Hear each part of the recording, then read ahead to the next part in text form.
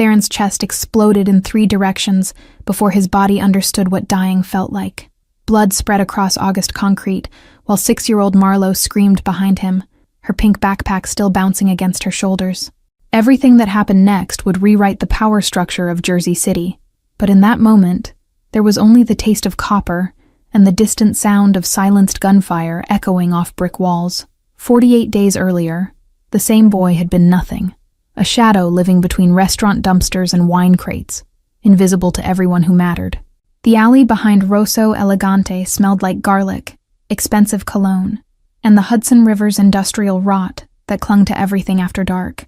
He'd claimed the space behind the loading dock 3 months prior, after 2 older kids had beaten him bloody for a spot under the overpass. The restaurant's back wall provided shelter from rain, and the kitchen staff's cigarette breaks followed a schedule he'd memorized down to the minute.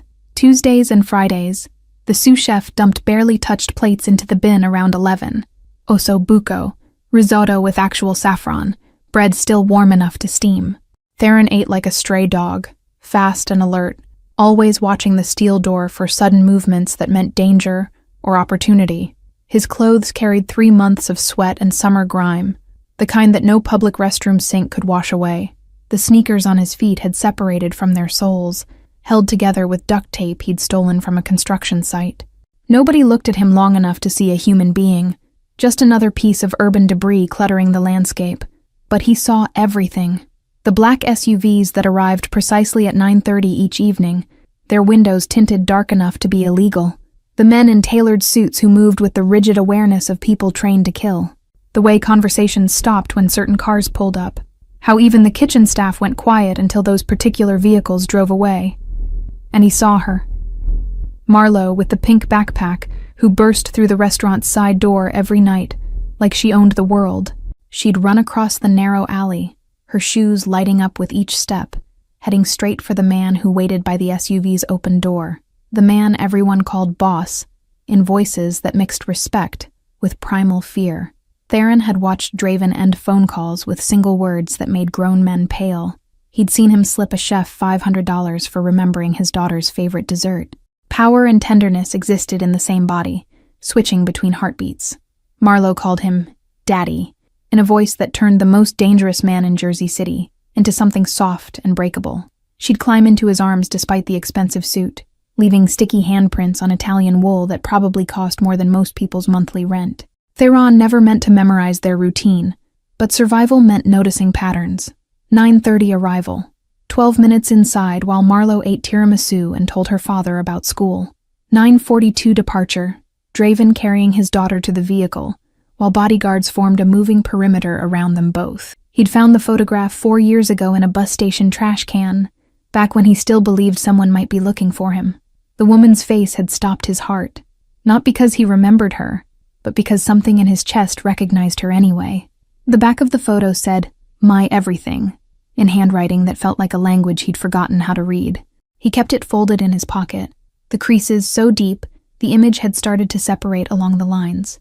Some nights he'd take it out under the yellow alley light, studying her smile like it might reveal why he'd ended up sleeping in garbage while other kids had homes. The baby in her arms looked fat and happy, unaware that 15 years later he'd be eating from dumpsters. The summer heat made sleeping impossible most nights. Theron would lie on flattened cardboard, watching stars disappear behind Jersey City's light pollution, listening to the restaurant's after-hours sounds, dishwashers running, managers counting cash, sometimes laughter from the private dining room where deals got made over wine that cost more than he'd see in a year. August 23rd started like every other sweltering evening. The boy had collected enough cans to buy a bottle of water from the bodega 3 blocks down. His stomach cramped from hunger, but the kitchen wouldn't dump the good scraps for another 2 hours. He'd settled into his usual spot, invisible, patient, waiting. The SUV arrived at 9:30 exactly, its engine purring like a satisfied cat. Draven emerged first, his movement economical and precise, eyes scanning the alley with the automatic caution of someone who'd survived by being paranoid. The bodyguards fanned out, but their attention focused on the street, on rooftops, on approaching vehicles, not on the skinny kid bleeding into the shadows. Marlo bounced out 12 minutes later, her backpack catching the security light. She was talking about a science project, something about volcanoes, her hands gesturing wildly as she described the explosion she'd created in class. Draven smiled, a rare expression that transformed his entire face into something almost ordinary. That's when Theron noticed the wrong shadow. It moved against the building's natural darkness, 3 shapes separating from the brick wall, with the fluid certainty of predators. His heart recognized danger before his mind processed the details. The extended arms, the dull metal catching stray light, the angle of trajectory pointing directly at Marlowe's back. Theron's body moved before his brain finished calculating the impossibility of what he was attempting. His legs pushed off the cardboard with enough force to send wine crates toppling, the crash echoing through the alley like a warning bell no one would hear in time. Draven's head snapped toward the sound, his hand already reaching inside his jacket where Theron knew a weapon lived. But the bodyguards were turning the wrong direction, tracking the noise instead of the real threat materializing from the opposite wall. Professional training worked against them. They'd been conditioned to respond to obvious disturbances, not silent predators. Marlowe kept talking about her volcano, oblivious to the 3 barrels now aimed at the space between her shoulder blades. Her light-up shoes blinked red and blue against the concrete, a cheerful rhythm that didn't match the violence about to erupt. Theron's stolen sneakers made no sound as he crossed the distance between his hiding spot and her small body. The first gunman's finger was already squeezing the trigger when Theron's shoulder collided with Marlowe's backpack. The impact sent her sprawling sideways into her father's legs, her surprised yelp cutting through the humid air. Draven caught her reflexively, his body twisting to shield her even as his mind struggled to process why a homeless kid had just attacked his daughter. The first bullet hit Theron's chest before he'd finished his forward momentum. It felt like being punched by something made of fire and iron, the impact spinning him halfway around. He saw Draven's face transform from confusion to understanding in the space between heartbeats, saw the exact moment the boss realized what was actually happening. The second shot caught his shoulder as he fell, tearing through muscle and scraping bone with enough force to knock him completely sideways. Theron's vision whited out for a second, his body hitting the concrete hard enough to drive the air from his lungs. Through the ringing in his ears, he heard Marlowe screaming his name, except she didn't know his name, so she was just screaming. The third bullet grazed his temple, close enough that he felt the heat of it passing. Blood ran into his eye, hot and sticky, turning half the world red. The bodyguards were firing now, their weapons making different sounds than the silenced ones, loud cracks that echoed off buildings and set off car alarms 3 blocks away. Theron's cheek pressed against concrete that still held the day's heat. He could smell motor oil and something sweet. Marlowe's strawberry shampoo, because she was crouching next to him now, her small hands trying to stop the bleeding. Draven was shouting orders in a voice that could have shattered glass, his weapon tracking the shadows where the gunman had been. But the assassins were already gone, melting back into the darkness like they'd never existed. Only the brass casings on the ground proved it hadn't been a nightmare. Those in the blood pooling around Theron's body, spreading in a circle that reflected the alley's security lights. Marlowe's face hovered above his, tears streaming down her cheeks as she pressed her pink backpack against his chest.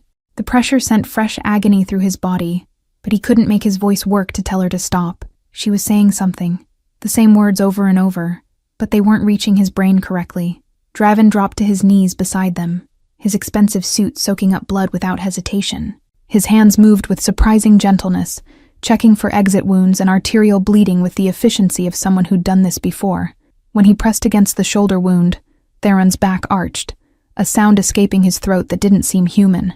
More footsteps echoed through the alley, the bodyguards returning, restaurant staff spilling out the back door, voices overlapping in questions and panic. Someone was calling for an ambulance, but Draven cut them off with a single word that made everyone freeze.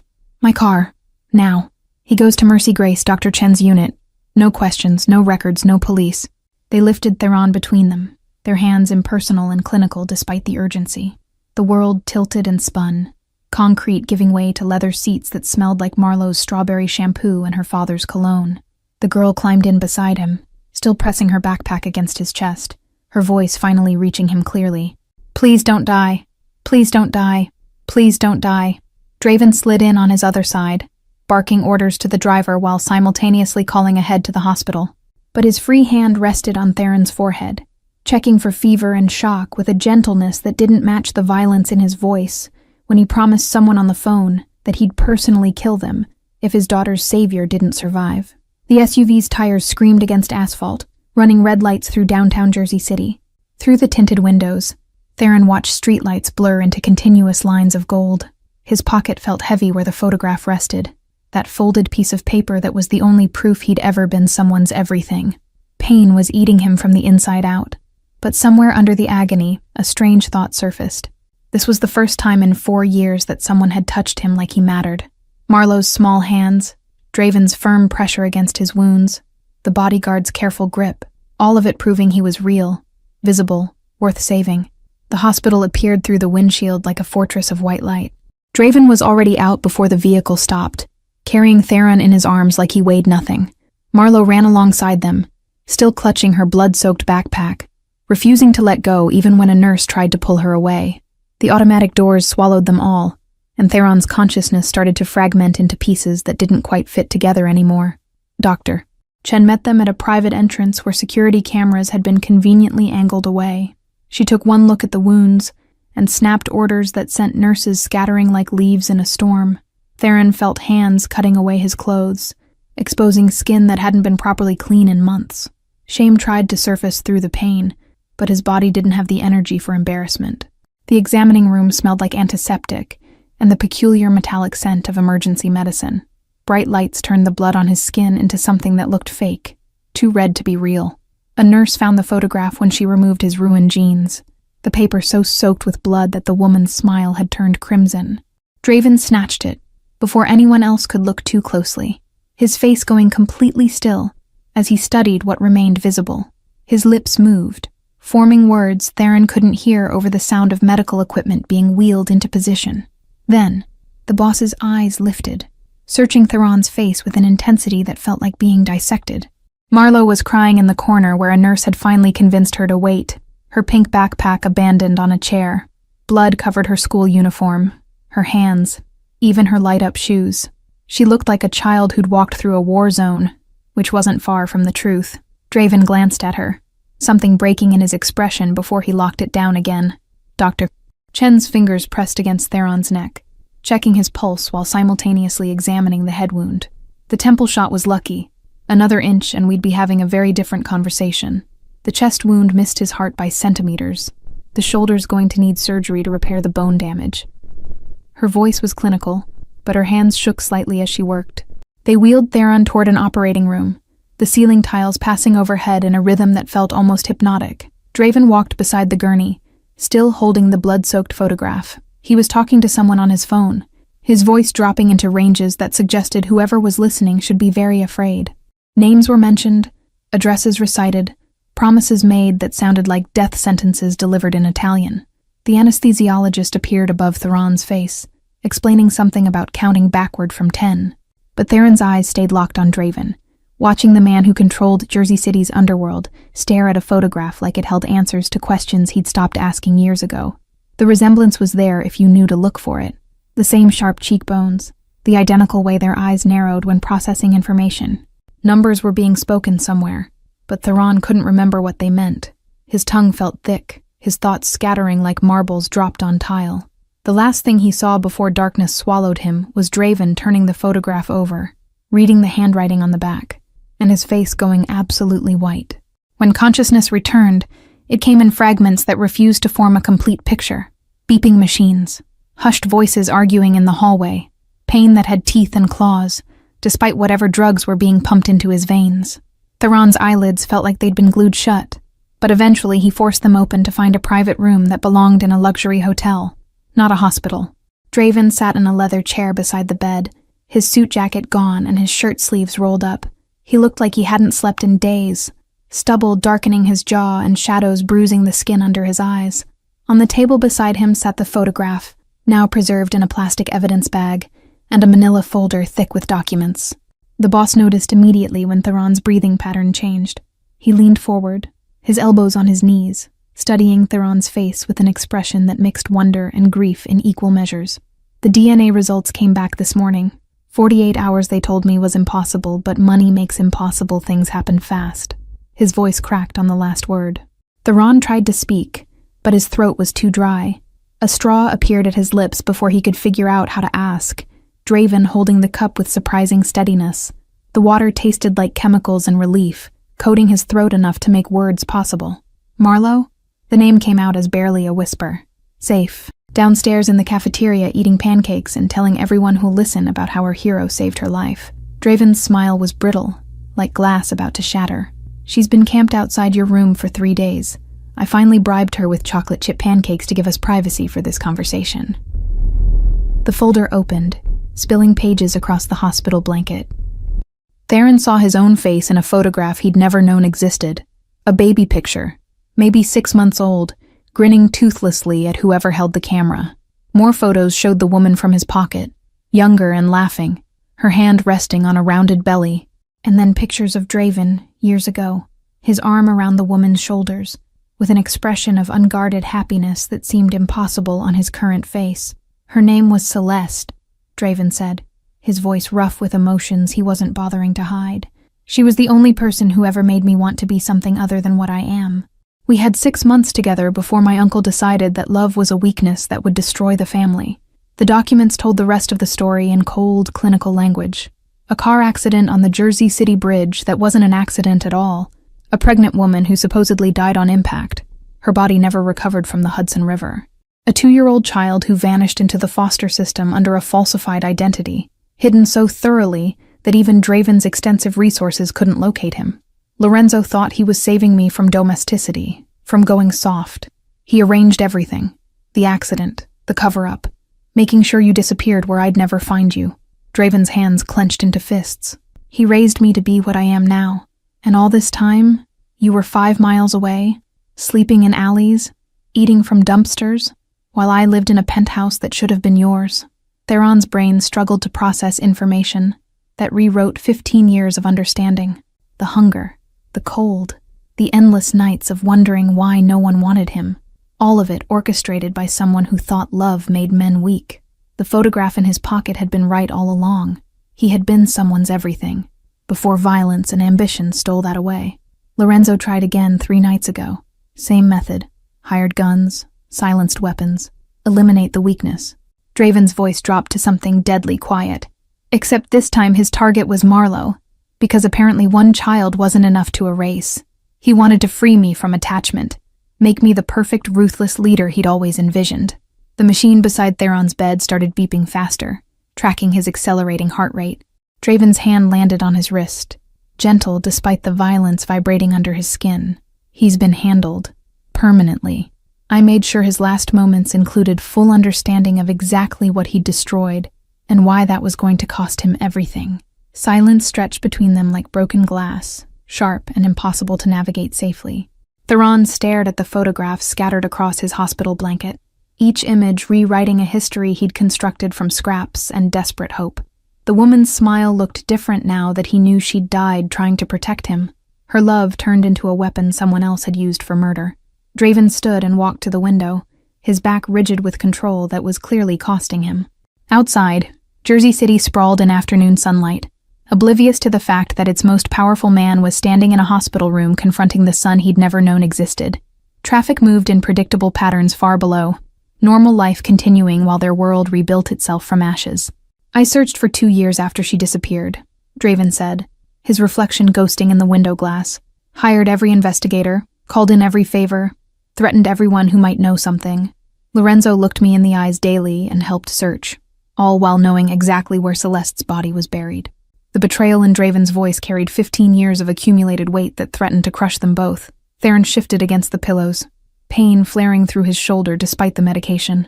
A nurse had mentioned the bullet-shattered bone fragments that required 3 hours of reconstructive surgery. He'd carry that scar forever, a permanent reminder of the night his life split into before and after.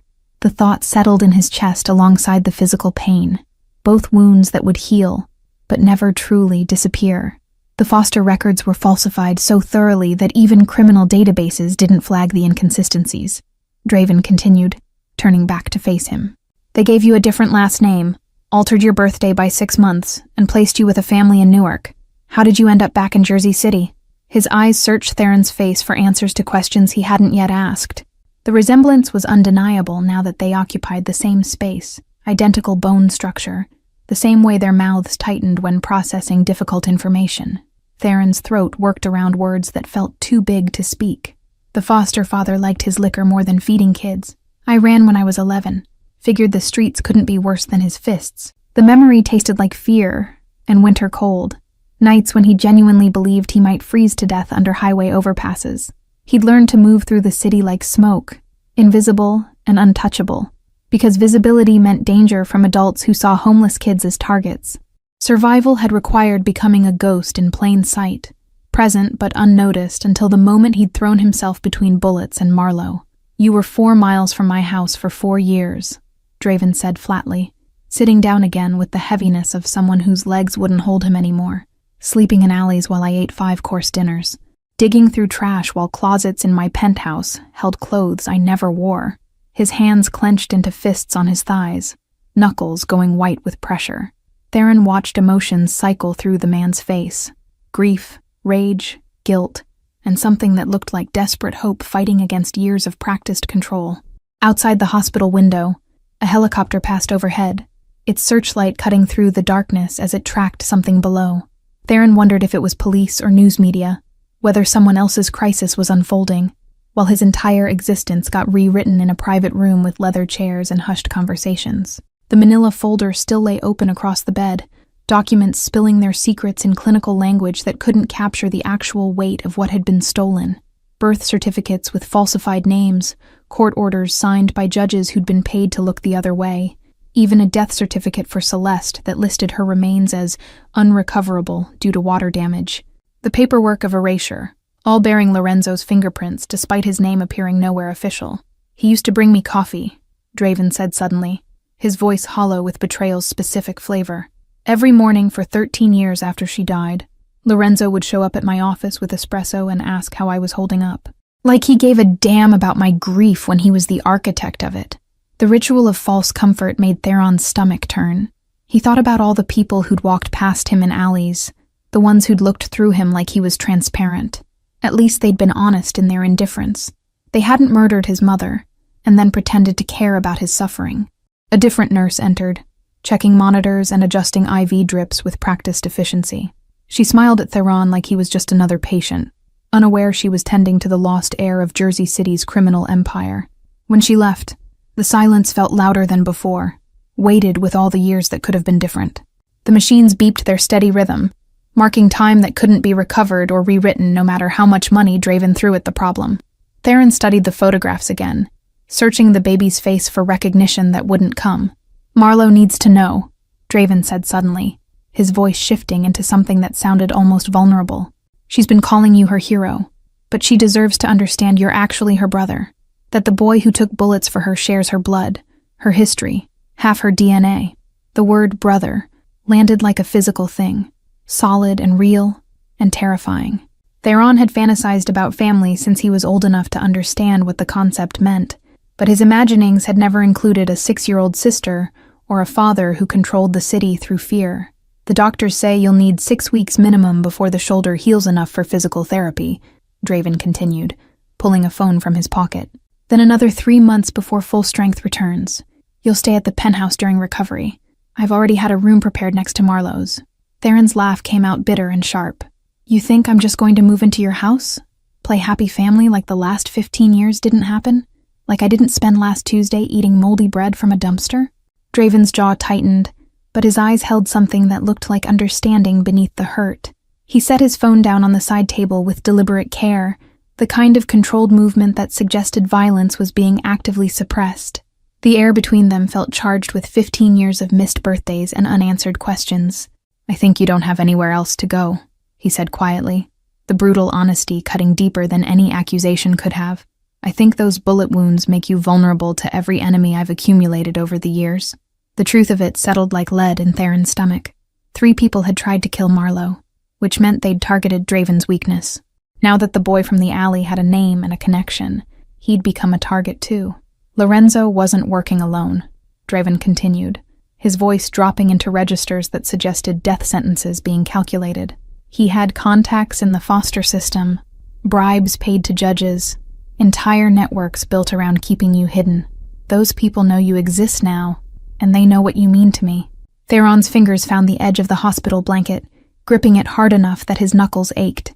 The simple act of saving Marlowe had painted a target on his back, bigger than anything he'd faced living on the streets.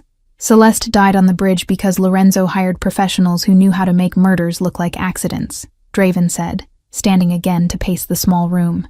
The car went into the Hudson at the deepest point. They never recovered her body because there was nothing left to recover after it was weighted down with chains and concrete. The clinical details made Theron's stomach turn. His mother, and the word felt foreign in his mind, had been murdered with premeditation and precision. Not a crime of passion, but a calculated removal of an obstacle. She knew she was pregnant when Lorenzo started making threats, Draven continued, his hands flexing at his sides like they wanted to wrap around someone's throat. She came to me 3 days before the accident, begging me to leave the family, to run away with her and start over somewhere Lorenzo couldn't find us. I told her she was being paranoid. The guilt in his voice could have filled the Hudson River. Theron recognized that particular flavor of self-hatred. He'd tasted it himself every time he'd failed to find enough food. Every night he'd gone to sleep hungry because he wasn't fast enough or smart enough to survive better. I was 27 and stupid enough to believe family loyalty meant something, Draven said, stopping at the window again. Thought Lorenzo wanted what was best for me, that his concerns about Celeste came from love rather than ambition. I didn't understand that to him. Love was the enemy of power. Outside, the sun was setting, painting Jersey City in shades of orange and gold that looked too beautiful for the ugliness being discussed. Theron wondered how many other people in those buildings carried secrets this heavy, how many lives had been shattered by violence disguised as protection. She called me the night it happened, Draven continued, his reflection in the window showing a face carved from grief. Said she was taking you somewhere safe, that Lorenzo had people following her. I told her to come to the restaurant, that I'd meet her there with security. She never made it. The timestamp on the phone record showed 9:47 p.m. Draven had included them in the folder like evidence he'd been studying for years, trying to find something he'd missed. Celeste's last words to him had been, "I love you, but I love him more right now," referring to the unborn child she was trying to save. 3 minutes later, her car went off the bridge. Theron traced the edge of one document with his finger, a coroner's report that declared death by drowning, despite no body being recovered. The medical examiner who'd signed it had retired to Florida 6 months later with enough money to buy a beachfront property. Another piece in Lorenzo's carefully constructed lie. Another person who'd valued cash over truth. She had a bag packed, Draven said, pulling out his phone and scrolling to a photo that made his hands shake. Police found it washed up 3 miles downstream. Baby clothes, formula, a stuffed rabbit she'd bought the week before. Everything except her and you. The image on the screen showed a waterlogged diaper bag, its contents arranged on a metal table, like artifacts from an archaeological dig. Theron could see tiny onesies with animals on them, a book about teaching babies to sleep, all the hopes of a woman who'd never gotten to use any of it. His mother had been preparing to run, to save them both, and Lorenzo had made sure her preparation became evidence in her own murder. The restaurant, Rosso Elegante, where Theron had been sleeping in the alley for 3 months, mere feet from where his mother had been heading the night she died. The cruel irony of it made something crack in his chest. The police report said she lost control on the bridge during a rainstorm, Draven said, turning back to face him. Single vehicle accident, no witnesses, body swept away by the current. I knew immediately it was a lie. Celeste drove like she was afraid of her own shadow. She wouldn't have been speeding, wouldn't have lost control. But grief and suspicion weren't enough without proof. Draven had torn apart the city looking for evidence, calling in favors from judges and cops. But Lorenzo had covered his tracks too well. I found out the truth 2 years later when one of Lorenzo's hired men got drunk and started talking, Draven said, his voice going flat and cold. By then I was deeper in the family business, had blood on my hands that made me complicit in the same violence that killed Celeste. I couldn't walk away without starting a war that would have destroyed everything. So he'd stayed, building power while pretending not to know his uncle had murdered the only woman he'd ever loved. Theron tried to imagine living with that knowledge, eating meals across from your mother's killer, and found he couldn't. Lorenzo told me last year that Celeste had been weak, that removing her had freed me to become what I needed to be, Draven said, and now his hands were shaking with barely controlled rage. Said I should thank him for making me strong enough to lead the family into the next generation. He actually expected gratitude. The revelation hung in the air like poison. Theron understood then why Draven had handled Lorenzo permanently, not just for attempting to kill Marlowe, but for 15 years of living lies. The door burst open without warning, and Marlowe launched herself into the room like a small hurricane. Her face lit up when she saw Theron awake, chocolate smeared across her chin, and her pink backpack, now washed clean of blood, bouncing against her shoulders. "You're awake!" she shrieked, scrambling onto the bed before any of the bodyguards stationed outside could stop her. Her small hands grabbed Theron's uninjured arm, her grip surprisingly strong for someone so tiny. Draven moved to intercede, but Theron shook his head slightly. The pain from her bouncing on the mattress was worth the look of pure joy on her face. She was real in a way nothing else in this room felt real. Uncomplicated happiness that he hadn't experienced in so long. He'd forgotten what it tasted like. "I made you a card," Marlowe announced, digging through her backpack with the intensity of someone on a critical mission. "And I drew you a picture of you being a superhero because that's what you are, Ms." Peterson said it was the best drawing in the whole class. The card's cover showed a figure with yellow crayon hair standing in front of another smaller figure with brown curls. Clearly Marlowe based on the excessive use of pink. Inside, she'd written in uneven letters, "Thank you for saving me. You are the bravest. Love, your sister Marlowe." The word sister had been traced over multiple times, like she'd wanted to make absolutely sure it was legible. Theron's hands trembled as he held the construction paper, aware that this moment mattered more than the expensive medical equipment or the DNA tests. This was a 6-year-old choosing to claim him, not because genetics demanded it, but because she wanted him to be part of her world. "I didn't know what brothers like," Marlowe added, her voice going slightly uncertain. "So I also got you this." She pulled out a small stuffed animal, a dog with floppy ears and a red collar. "His name is Guard, because that's what you did. You guarded me, but you can change his name if you want." The gift was so earnest it physically hurt to accept. Theron took the stuffed dog, its synthetic fur soft against his palm, and realized he'd never owned a toy before. Not one that was his, that hadn't been stolen or found in a trash bin. The weight of that deprivation hit him sideways, not just hunger and cold, but the absence of childhood itself. She produced a piece of construction paper folded in half, covered in crayon drawings of stick figures. One figure with yellow hair stood in front of a smaller figure, red marks indicating the bullets. Stars surrounded the tall figure's head like a halo. Theron's throat closed up completely. He'd never received a card before. Never had anyone draw him a picture. The simple gift meant more than all the expensive medical equipment keeping him alive. "Marlowe," Draven said gently, sitting on the edge of the bed. "We need to talk to you about something important. About who Theron really is, and why he was in that alley the night he saved you." The girl's expression shifted from joy to curiosity, her head tilting in a way that reminded Theron of a bird. "Is he a secret agent? Is that why he knew the bad men were coming?" "No, sweetheart," Draven said, and his voice carried a tenderness Theron hadn't heard before. "He's your brother, your actual brother, who I didn't know existed until 3 days ago when the doctors ran tests on his blood." Marlowe's mouth formed a perfect O of surprise.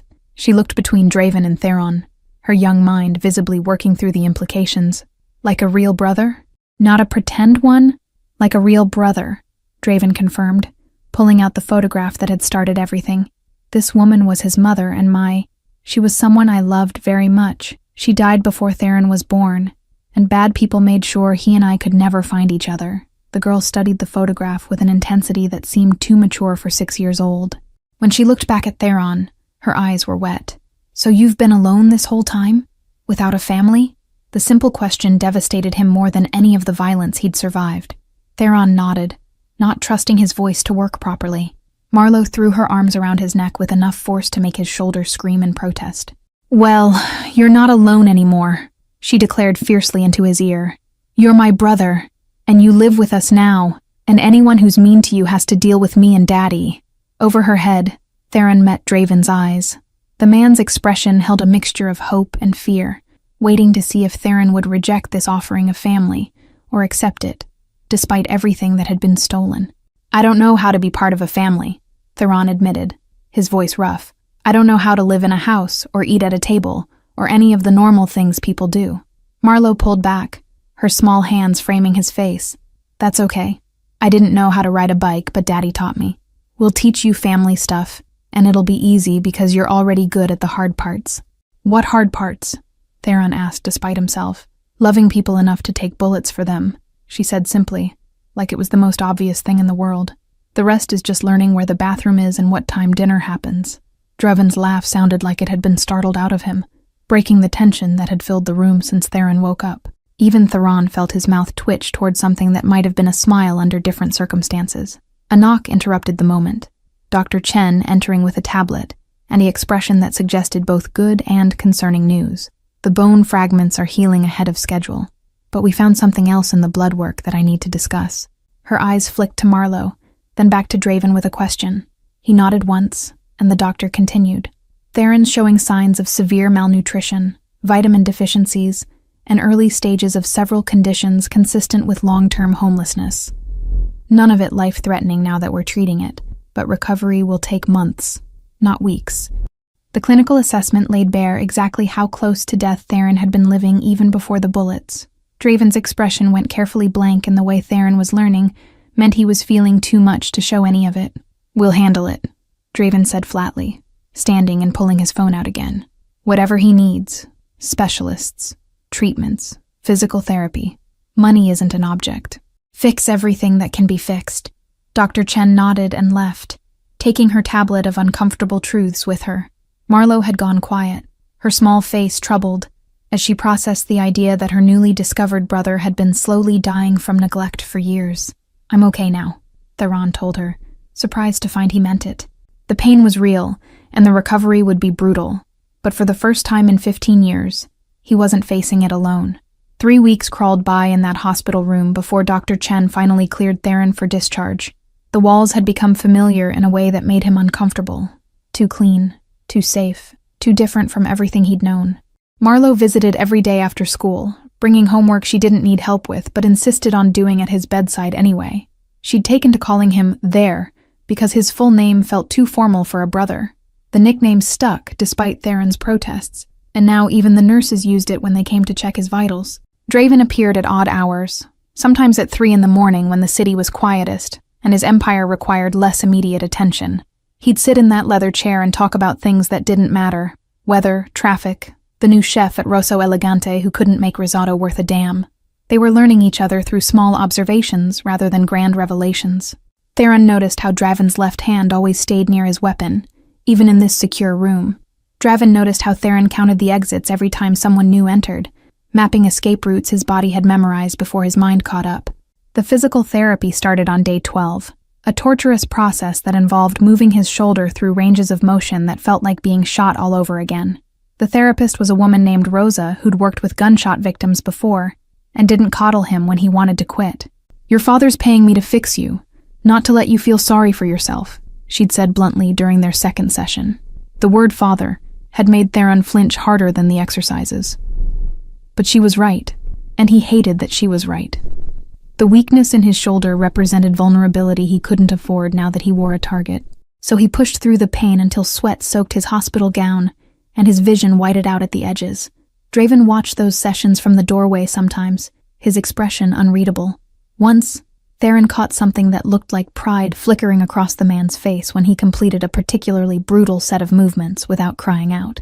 The nutrition plan, Dr. Chen implemented, was almost as painful as the physical therapy. Years of malnutrition meant his stomach had shrunk, his body unaccustomed to regular meals. They started him on small portions 6 times a day, gradually increasing as his system remembered how to process actual food instead of garbage. The first time he threw up from eating too much too fast, Marlowe held his hand and told him about when she'd gotten food poisoning from bad shrimp. "Daddy said my insides were staging a revolution," she'd explained seriously. "I think your insides are just confused about being treated nice." Her simple logic made more sense than any medical explanation. Theron's body was confused. About safety, about abundance, about the concept of tomorrow being better than today, instead of just another fight for survival. The nightmares started on day 15. He'd wake up gasping, back in the alley with 3 guns pointed at Marlowe, except in the dreams he was always too slow. The bullets would hit her instead, and he'd watch her small body crumple, while Draven's screams echoed off brick walls. A trauma counselor appeared after the 3rd consecutive night of waking up the entire ward. She talked about PTSD and survivor's guilt using words that felt too clinical for what actually happened inside his head when he closed his eyes. The counselor had left pamphlets on his bedside table, glossy brochures about processing trauma and rebuilding after violence. They featured stock photos of diverse people looking pensively into the distance, as if contemplating their healing journeys. Theron had thrown them in the trash the moment she left. unwilling to see his experience reduced to marketing materials. But the nightmares didn't care about his rejection of official help. They evolved, becoming more elaborate as his mind processed layers of trauma he hadn't had time to acknowledge while surviving. Now it wasn't just Marlowe dying.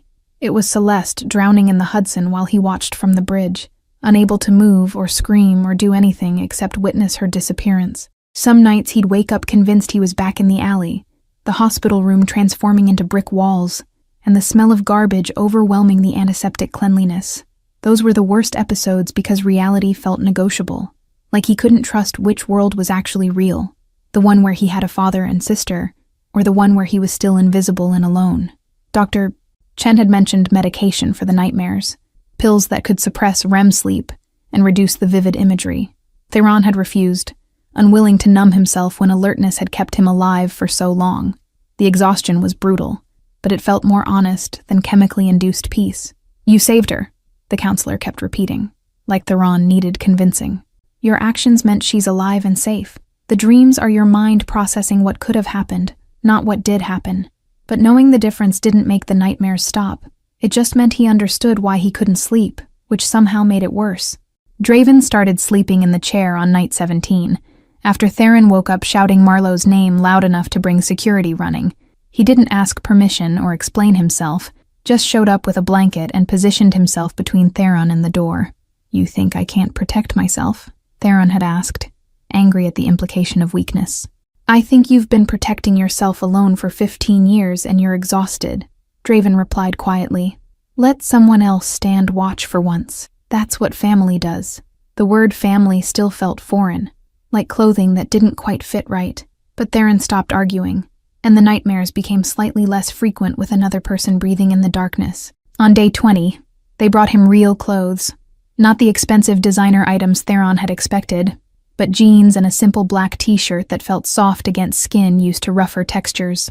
The tags were cut out, and he suspected Marlowe had something to do with that thoughtful detail. Getting dressed without help took 20 minutes and left him sweating from exertion. His shoulders screamed protest at every movement, and he had to sit down twice before he managed to get his shoes on. Independence had never felt so much like failure.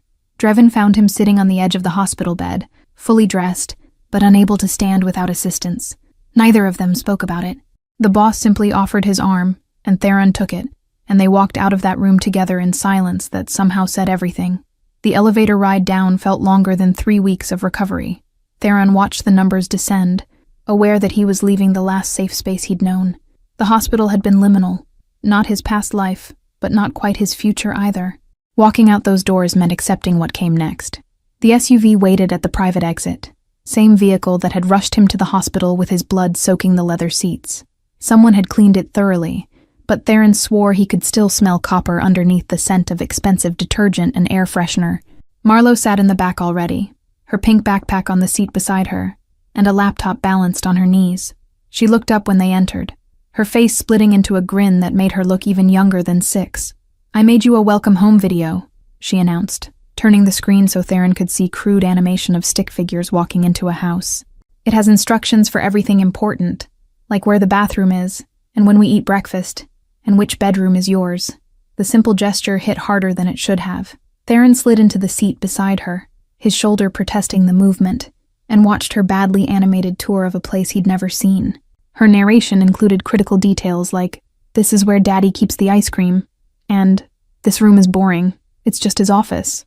Draven settled into the front passenger seat, speaking quietly to the driver before the vehicle pulled into Jersey City traffic. The city looked different from inside an armored SUV than it had from street level. Smaller somehow, more manageable when you weren't worried about where you'd sleep that night. They passed the alley behind Rosso Elegante, and Theron's chest tightened involuntarily.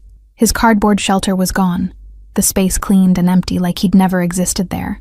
3 months of his life erased by someone with a dumpster and basic cleaning supplies. "I had it cleared out," Draven said without turning around, apparently able to read minds or just recognize the significance of them passing that specific spot. "Your things, what little there was, are in your new room, including that cardboard you slept on, if you want to keep it." The offer was absurd and thoughtful in equal measure. Theron didn't know if he wanted to keep any reminders of sleeping in garbage, but having the choice felt important. The penthouse occupied the top 3 floors of a building downtown that Theron had passed 100 times without realizing anyone actually lived there. The lobby was all marble and gold fixtures, the kind of place that would have had security throwing him out if he'd tried to enter before bullets had rewritten his status. An elevator required a special key to access the residential floors. Draven inserted it without ceremony, and they rose in silence, broken only by Marlowe's continued narration of her welcome video. She'd added sound effects using her own voice, car noises, door chimes, even a recording of herself singing about breakfast. The doors opened directly into the penthouse, bypassing any shared hallway. Theron stepped out onto hardwood floors that probably cost more than he'd seen in his entire life. Floor-to-ceiling windows offered views of Jersey City and Manhattan beyond, the skyline glittering in afternoon sun. "Your room's this way," Marlowe said, grabbing his uninjured hand and pulling him down a hall wide enough that 3 people could walk side by side comfortably. "It's next to mine, like Daddy said, so if you have nightmares, you can knock on the wall and I'll come over." She pushed open a door, revealing a space that made Theron's brain struggle to process what he was seeing. The room was bigger than the entire ground floor of his old foster house. A massive bed dominated one wall, covered in blankets that looked soft enough to be a fire hazard, but it was the other wall that made his throat close up. Someone, probably Draven, had recreated his alley space in miniature. The cardboard was there, carefully preserved. His collection of found objects arranged on shelves like museum pieces. Even the photograph of Celeste, now cleaned and preserved in a proper frame, held a place of honor on the nightstand. "Daddy said you might need familiar things while you adjust," Marlowe explained, watching his face carefully. "So he had people bring everything from your old spot. Is that okay? Are you mad?" Theron shook his head, unable to form words past the emotion lodged in his chest. The gesture was simultaneously the most thoughtful and most devastating thing anyone had ever done for him. His poverty turned into decoration, his suffering acknowledged and preserved like it mattered. "There's also new stuff," Marlowe continued, opening a closet that revealed more clothes than Theron had worn in his entire life. "Daddy had people guess your size, but if things don't fit, we can get different ones. And there's a bathroom through there with a shower that has really good water pressure." Theron walked into the bathroom, flipping the light switch to reveal marble countertops and a shower enclosed in glass that looked like it belonged in a luxury hotel. The towels hanging on heated racks were thicker than any blanket he'd ever slept under. He turned on the shower experimentally, and water cascaded from multiple heads with enough pressure to actually hurt if you stood directly underneath. The mirror above the sink showed a reflection he barely recognized. 3 weeks of regular meals had started filling out the hollow places in his cheeks, though his eyes still carried shadows that spoke of years spent in survival mode. The scar on his temple from the grazing bullet had formed a thin white line that disappeared into his hairline, proof that he'd almost died, but hadn't quite managed it. Personal care products lined a shelf in the shower, everything still in its original packaging because no one had used this bathroom before him. Shampoo, conditioner, body wash and scents he couldn't identify because they weren't the generic soap from public restrooms. Even a razor and shaving cream, despite the fact that his facial hair was still patchy and adolescent. Someone had thought through every detail of what he might need, anticipating requirements he'd stopped thinking about after years of making do with nothing. The attention to his comfort felt almost aggressive in its thoroughness, like Draven was trying to compensate for 15 years of neglect in a single bathroom renovation. She said it like good water pressure was something everyone knew about, a casual luxury rather than something Theron had experienced maybe twice in the past 4 years. He walked to the window instead, looking out at the city, from a height that made everything below seem like a toy model. From up here, you couldn't see the alleys where kids slept in cardboard, couldn't smell the garbage or feel the concrete's retained heat. Jersey City looked clean and manageable, all its ugliness hidden by distance and altitude. "I know it's a lot," Draven said from the doorway, his voice careful. "If you need to leave, go back to what you know, I won't stop you. But I'm hoping you'll try this first. Try letting someone take care of you for once." The offer hung in the air between them.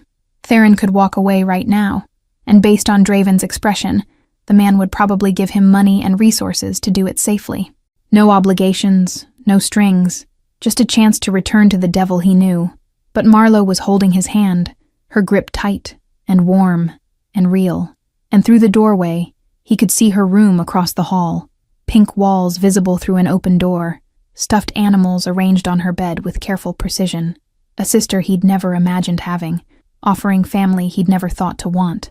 "I'll try," Theron said finally, the words feeling like surrender and victory simultaneously. "I don't know how to do any of this, but I'll try."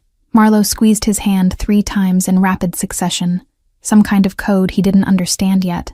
"That's all you have to do," she said with the confidence of someone who'd never had to doubt whether she deserved good things. "Trying is enough. The rest you learn by doing." The first family dinner happened that same evening, and Theron approached it with more anxiety than he'd felt facing down 3 armed men. The dining room table could seat 12, but felt intimate with only 3 chairs occupied. Marlowe sat to his left, Draven across from him, and they ate pasta that hadn't come from a dumpster for the first time in Theron's recent memory. He fumbled with the silverware, unsure which fork to use and hyper-aware of every sound he made. Marlowe copied his mistakes deliberately, making a game of it until the tension in his shoulders eased slightly. She'd knock over her water, then grin at him like they were co-conspirators in chaos. Draven watched them with an expression Theron was learning to recognize as carefully contained emotion. The man who ran Jersey City's underworld with an iron fist was completely undone by his daughter's laughter and his son's presence at his table. "We need to talk about what comes next," Draven said once the plates were cleared, his tone shifting into something more businesslike. "The people who tried to kill Marlowe know you exist now. They know what you mean to this family, which makes you a liability and a target in equal measure." The blunt assessment didn't surprise Theron. He'd known since waking up in that hospital that his life had become infinitely more complicated. Saving one person had put him in the crosshairs of everyone who wanted to hurt Draven.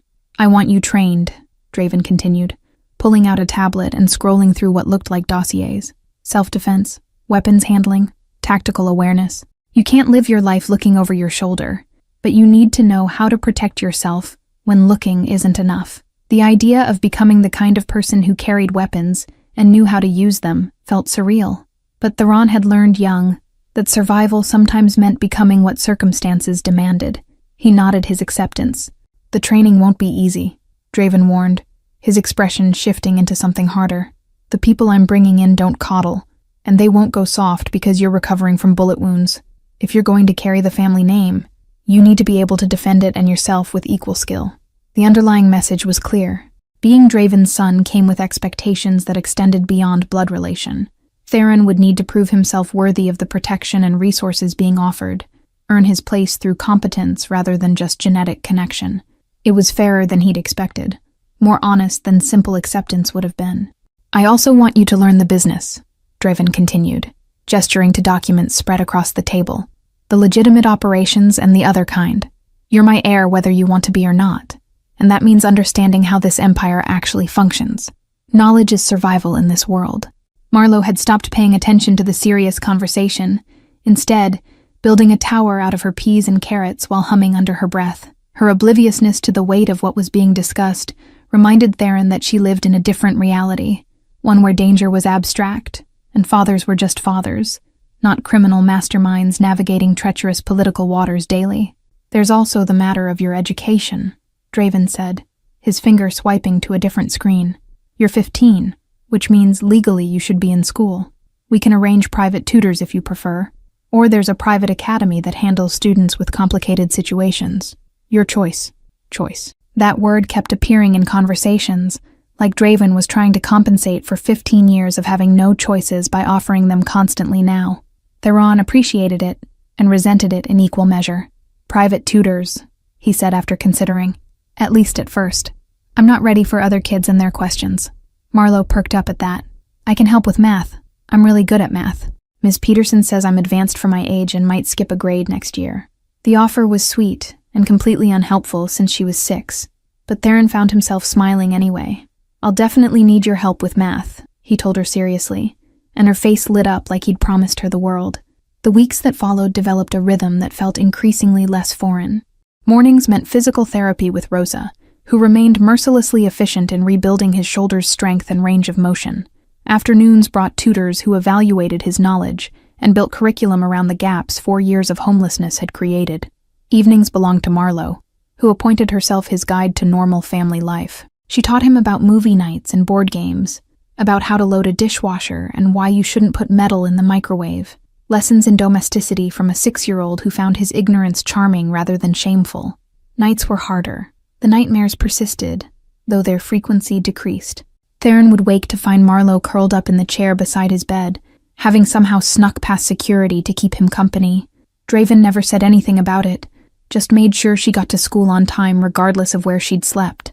The self-defense training started in week 5, taught by a woman named Kira, who'd apparently done security work in places the government didn't officially acknowledge. She was efficient and brutal in her instruction, pushing Theron past what he thought his recovering shoulder could handle. Pain is information, she'd say every time he wanted to quit. Listen to it, learn from it, but don't let it make your decisions for you. The weapons training came later, once his shoulder had healed enough to handle recoil. Theron discovered he had a natural aptitude for firearms, his hands steady and his focus sharp. Kira seemed unsurprised, noting that survival instincts translated well to tactical thinking. 2 months after leaving the hospital, Draven announced it was time to make Theron's existence official, not just to the family, but to the city itself. A formal dinner where associates and allies could meet the lost heir who'd literally taken bullets to prove his worth. The suit they gave him cost more than he wanted to know. Marlowe supervised while staff helped him dress, insisting on adjusting his tie herself, even though she barely reached his chest. "You have to look perfect," she declared seriously. "Everyone's going to be watching you." The restaurant, not Rosso Elegante, but a different establishment Draven owned across town, had been closed to the public for the evening. Tables filled with men and women who controlled various pieces of Jersey City's legitimate and less than legitimate enterprises. They all stood when Draven entered with Theron at his side, and Marlowe holding his hand. The silence felt weighted with judgment and curiosity.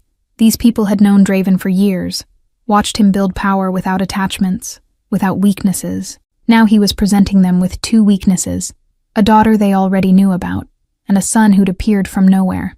"Most of you know the story by now," Draven said, his voice carrying across the room with effortless authority. "The boy who saved my daughter's life turned out to be my son, stolen from me before he was born by someone I trusted. That betrayal has been addressed. What matters now is that my family is whole, and anyone who thinks that makes us weak is welcome to test that theory." The threat underneath the words was unmistakable. Theron felt dozens of eyes assessing him, calculating whether he was genuinely valuable or just a liability Draven couldn't eliminate due to biology and sentiment. Then someone started clapping. A woman near the back with silver hair and eyes that had seen too much. Others joined in, the applause building until the entire room acknowledged what Draven had said. Not agreement necessarily, but recognition that this was the reality they'd all have to accept. Dinner was a carefully choreographed dance of conversations and introductions. People approached throughout the evening, offering congratulations that ranged from genuine to calculated. Theron watched Draven's face for cues, learning to read who was actually happy for them, and who was already planning how to exploit this new dynamic. Marlowe charmed everyone effortlessly, telling the story of how Theron had saved her with enough dramatic flair that people laughed despite the violence inherent in the tale. She made it sound like a fairy tale, the hero appearing from nowhere to protect the princess, earning his place in the castle through bravery and sacrifice. Near the end of the evening, an older man approached their table alone. He had the kind of face that suggested violence was a familiar companion, but his expression softened slightly when he looked at Theron. "You've got your mother's eyes," he said quietly. "Celeste and I worked together before she met your father. She was a good woman who deserved better than what this life gave her."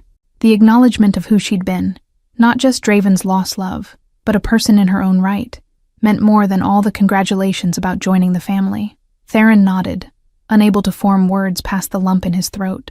The drive home was quiet, Marlowe asleep against Theron's shoulder, and Draven lost in thoughts he didn't share. The city lights blurred past the tinted windows, Jersey City settling into its nighttime rhythm.